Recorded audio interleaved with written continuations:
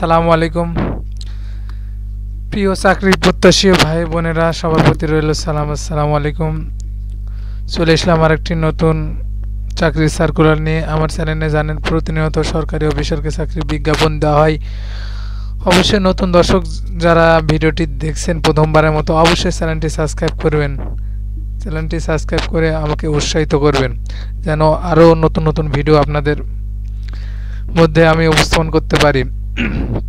আমি আসুন মূল পর্বে চলে যাই। আজকে দেখাবো কারা গণপ্রজাতন্ত্রী বাংলাদেশ সরকারের কারা অধিদপ্তর নিয়োগ বিজ্ঞপ্তি। কারা অধিদপ্তর রাজস্ব খাতভুক্ত নিম্ন বর্ণিত শূন্য পদে সরাসরি জলবন নিয়োগের নিমিত্তে পদের পাশে উল্লেখযোগ্য যোগ্যতা সম্পন্ন প্রকৃত বাংলাদেশ নাগরিক নিকট হইতে নিম্ন শর্তাদি দরখাস্ত আহ্বান করা যাচ্ছে।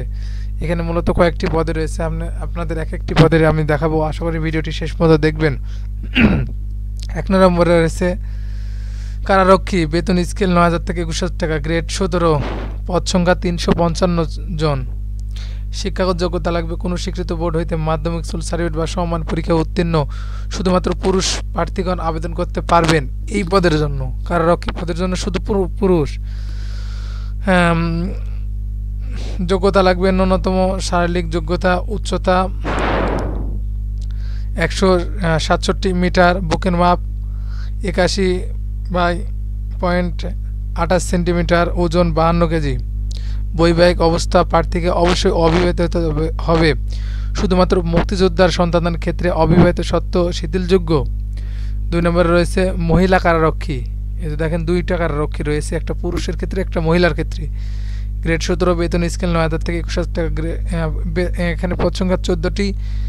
এখানে যোগ্যতা কোনো স্বীকৃত বোর্ড হইতে মাধ্যমিক স্কুল সার্টিফিকেট বা সমমান পরীক্ষা উত্তীর্ণ। শুধুমাত্র মহিলা প্রার্থীগণ আবেদন করতে পারবেন। ন্যূনতম শারীরিক যোগ্যতা, উচ্চতা 157 মিটার, বুকের মাপ 76.81 সেন্টিমিটার, ওজন 45 কেজি। বৈবাহিক অবস্থা প্রার্থীকে অবশ্যই অবিবাহিত হতে হবে।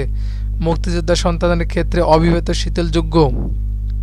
এই হলো সর্বমোট 2 পদে 369টি। এখানে অনেক নিয়োগ, অনেক পদ সংখ্যা। আপনারা অবশ্যই অতি দ্রুত আবেদন করবেন। এরপর আপনাদের বলে দিই কিভাবে আবেদন করবেন, কত টাকা ফি লাগবে এবং কিসের মাধ্যমে ফিটি প্রদান করবেন সেটা আপনাদের বলে দেবো A to Z। অবশ্যই ভিডিওটি শেষ পর্যন্ত দেখবেন। এখানে মূলত অনলাইনে আবেদন করতে হবে। অনলাইনে আবেদনপত্র পূরণ ও পরীক্ষা ফি জমাদানের শুরু তারিখ 11/7/2023। অনলাইনে আবেদনপত্র জমাদানের শেষ তারিখ 10/8/2023। আবেদন করার 72 ঘন্টার মধ্যে এই সাবমিট করার মধ্যে ফিটি প্রদান করতে হবে। কিসের মধ্যে ফিটি প্রদান করবে সেটা আপনাদের বলি। কত টাকা ফি লাগবে, এখানে মূলত টেলিটক প্রিপেড সিমের মাধ্যমে ফিটি প্রদান করতে হবে। 100 টাকা ফি এবং টেলিটক সার্ভিসিং চার্জ 12 টাকা। সর্বমোট 112 টাকা জমা দিতে হবে।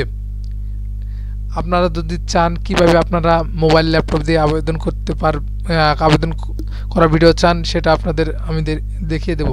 এরপর আপনাদের বলে দিই কোন কোন জেলা প্রার্থী আবেদন করতে পারবেন।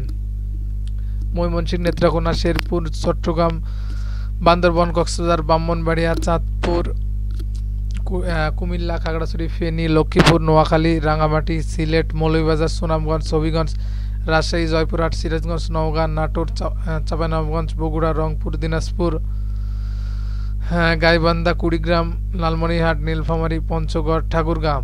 এটা হলো 1 নম্বর পদের জন্য, মানে পুরুষ কারারক্ষী। মহিলা কারারক্ষীর ক্ষেত্রে শেরপুর, চট্টগ্রাম, কক্সবাজার, ব্রাহ্মণবাড়িয়া, চাঁদপুর, কুমিল্লা, লক্ষ্মীপুর, নোয়াখালী, সিলেট, রাজশাহী, সিরাজগঞ্জ, নওগাঁ, নাটোর, রাজশাহী, নাটোর, খুলনা, এই সকল জেলা প্রার্থী আবেদন করতে পারবেন। আমার ভিডিওটি যদি সবার ভালো লেগে থাকে সবাই লাইক, কমেন্ট এবং শেয়ার করে দেবেন। নতুন দর্শক যারা, আবারও বলছি, প্রথমবার মধ্যে ভিডিওটি দেখছেন অবশ্যই চ্যানেলটি সাবস্ক্রাইব করে বেল বাটনটি অন করে রাখবেন। ধন্যবাদ। আসসালামু আলাইকুম।